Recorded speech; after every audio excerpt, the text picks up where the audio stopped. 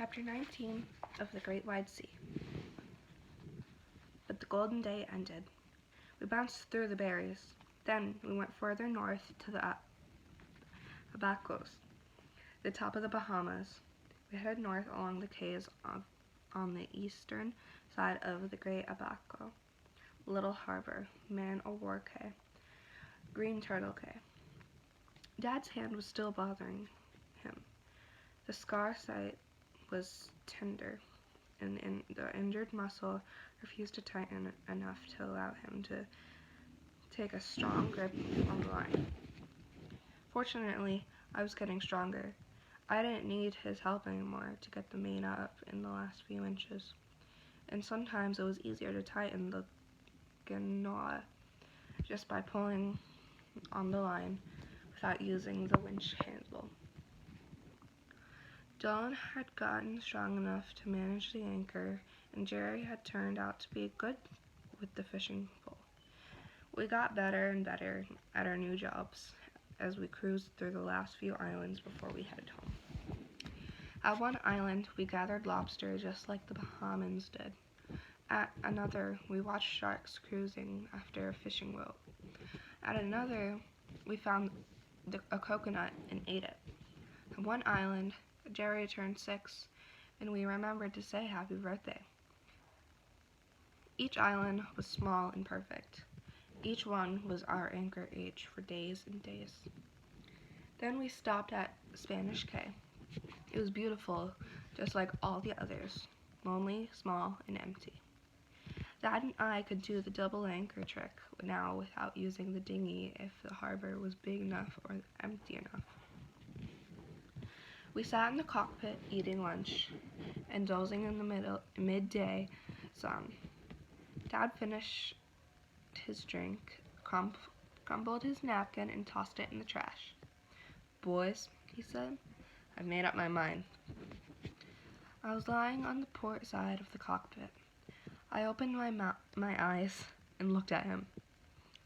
Dylan turned from where he was sitting on the stern, hanging his legs over the side. Jerry pulled his legs under him and twisted blankie around his hands. "About what?" I finally asked when Dad didn't speak again. "You're an excellent crew," he said. "Ben, you're a born sailor. Dylan, your navigation's perfect. Jerry, you try hard and you're learning. I've watched all you, and I know you can handle it. You're the best." I sat up. Dylan moved to the cockpit. "And Chrysalis is a good boat. She's not pretty and she's not new, but she's strong and seaworthy. She can take us anywhere." "What are you saying?" I asked. "I'm saying," Dad said, "that if we wanted to, we could cross the Atlantic Ocean. We could sail around the world." Hot sun filled the cockpit. I felt the sweat under my arms. "But we don't want to," I said. "No," Dad said. "Not now, but later. First, we'll just go to the Bermuda. Tomorrow, we'll turn back to Marsh Harbor. We need to get the radio repaired. The guy at Nassau didn't know what he was doing, and I'm still not happy about that noise in the rudder. So we'll spend a few days in Marsh Harbor making repairs and stocking up.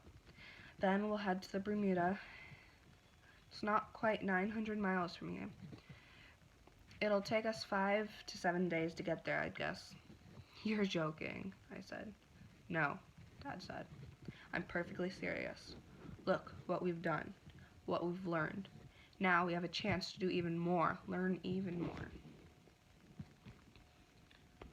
"What about the money?" "We'll work. People do that, like we did in Nassau. You work where you go, and if you don't like it, you leave. I could probably teach you in Bermuda. You guys could sit in a classroom if you wanted, or we could keep on with the homeschooling. It wouldn't matter. After storm season ended, we could go to, I don't know, Spain maybe? Learn Spanish? Or to Portugal? where the great sailors came from? He laughed. It's what I've always wanted to do, and now we can do it. He stood up. Storm's coming, boys. Better get the boat ready. We went down below, but we couldn't move. Jerry held Blanky pressed against his mouth. Dylan twisted his seat and looked out at the water. A small sailboat quietly motored into the harbor. We watched the couple drop their anchor, bring up drinks, and sit to rest under their bikini. The wind picked up suddenly. Chrysalis started rolling. The couple scrambled down below, but we were still frozen. Dad poked his head out of the companionway. You said 1 year, I said. Get moving, he said. We don't want everything to get wet. We swung into action, doing the storm routine in double time. We saw the line of the rain passing through the entrance to the harbor and had our boat locked up tight and the storm safe before the first drops hit. Down below, nobody spoke. Jerry got out of his pins and acorns and started a war in his bunk. Dylan was flipping the pages in his star book. Dad was reading, but I guessed it wasn't poetry this time. I sat at the navigation table and looked at the chart. Spanish Cay was part of the curve of the islands anchoring across the northern rim of the Bahamas. We had been sailing west, closer every day to the Walker's Cay, northwesternmost island in the Bahamas. I had thought we would spend some time here, maybe even a long time, and then sail the final leg less than 200 miles back across the Gulf Stream to Florida, and then home. It was the obvious thing to do. He said a year, and by the time we made it back to Florida, it would be almost a year. We had learned the things we needed to learn. We had the adventures. Sometimes we even had fun. Dad, I said, and turned to look into his bunk. He was lying on his side, gazing in his porthole. The rain thrummed on the deck above us. You can't do this, I said. You can't just decide. He opened his mouth to speak, but I went on. Just like before, you can't just... Then another boat hit us. Dad thunked against the side of the boat. Jerry fell out of his bunk. A wave lifted us apart, and then the other boat got us again. I fell out of my seat and hit the console on my knees. We heard screaming voices, and Dad and I were out in the cockpit before either of us said anything more. The little boat, about 2/3 our size, was dragging her anchor and broadsiding our stern. Dad and I were hauling out the fenders, and Dad was cursing the other sailors. Get your motor on, he screamed. The guy in the other boat was fumbling with his engine and shouting instructions to the woman. She was looking for their fenders and dropping lines all over the cockpit floor. Then rain was shooting down. The seas lifted them toward us again. They came from slightly above, then raked down across our stern. Their lifelines momentarily catching on our stern rail.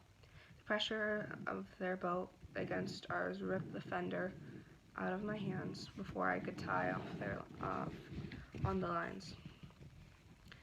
Dad grabbed the hook and held it out like a spear to push the other boat away. The boat rose and came at us again. The thud caught Dad off balance and knocked him flat. He lost his grip of the boat on the boat hook and went flying into the cockpit, whacking Dylan on the head, just as he and Jerry stumbled through the companionway hatch. Stay below. You'll get hurt.